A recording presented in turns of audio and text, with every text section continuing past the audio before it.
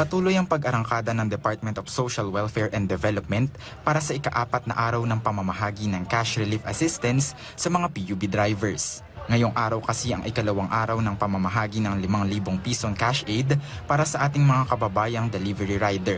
Dito sa Quezon Memorial Circle, target na maabot ngayong araw ang mga rider na ang apelido ay nagsisimula sa letrang J hanggang R.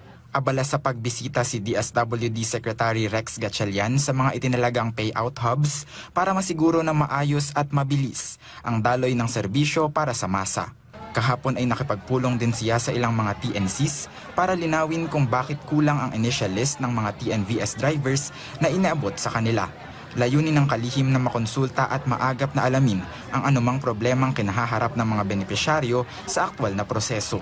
Isa sa mga maagang pumila ay ang estudyanteng si June Ray na pinagsasabay ang pag-aaral at pagde-deliver para makapagtapos. Kahit konting mahaba po yung pila, since marami pong table po kasi, ayun po yung malaking bagay po. Kaya yung pila po, nakatulong po siya para kumonti yung pila po kahit papaano. Kasi sa dami po nag-assist po dito ngayon, over 70 po ata ang table at nag-assist po ngayon. Kaya okay po, maganda po para po sa akin. Malaking tulong daw sa kaniya ang natanggap niyang cash aid.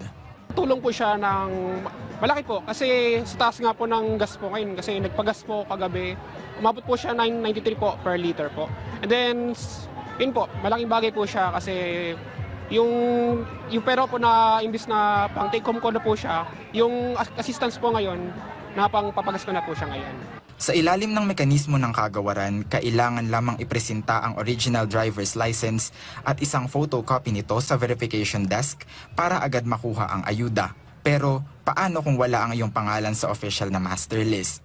Ito ang pinakamadalas na katanungan ng ilang mga PUV drivers na pumunta rito sa Quezon Memorial Circle. Ayon sa LTFRB at DSWD, may nakalaang special payout schedule ang kagawaran para sa mga PUV drivers na hindi pa kabilang sa kasalukuyang listahan. Para naman sa veteranong rider tulad ni Jeronico na halos isang dekada na sa kalsada, damang-dama ang bigat sa pagtaas ng presyo ng krudo sa kanilang pang-araw-araw na kita. Kaya nakahinga siya ng maluwag nang malamang kabilang siya sa tatanggap ng 5,000 mula sa DSWD. Malaki po kasi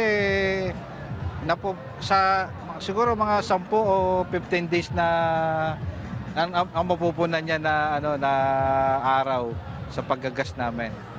Pinapayuhan ng mga driver at PUV riders na makipag-ugnayan sa kanilang mga asosasyon o tumawag sa LTFRB hotline na 1342 para sa validation. Sinisiguro naman ng pamahalaan na walang maiiwan na kwalipikadong transport worker sa gitna ng hamon sa presyo ng produktong petrolyo. Hindi rin nagpahuli ang misis na si Marjorie na matyagang naghintay sa kanyang asawa para masigurong may iuwing cash assistance na ilalaan nilang mag-asawa na panggasolina. Sa allowance rin po, tsaka full tank pag-uwi. Malaking tulong din po yun, sir, kasi syempre, ang hirap din kumita na ngayon pera. So, dapat sana lahat makatanggap.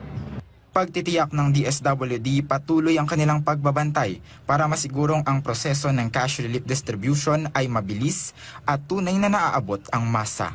Elijah Canlas mula sa Pambansang TV sa Bagong Pilipinas.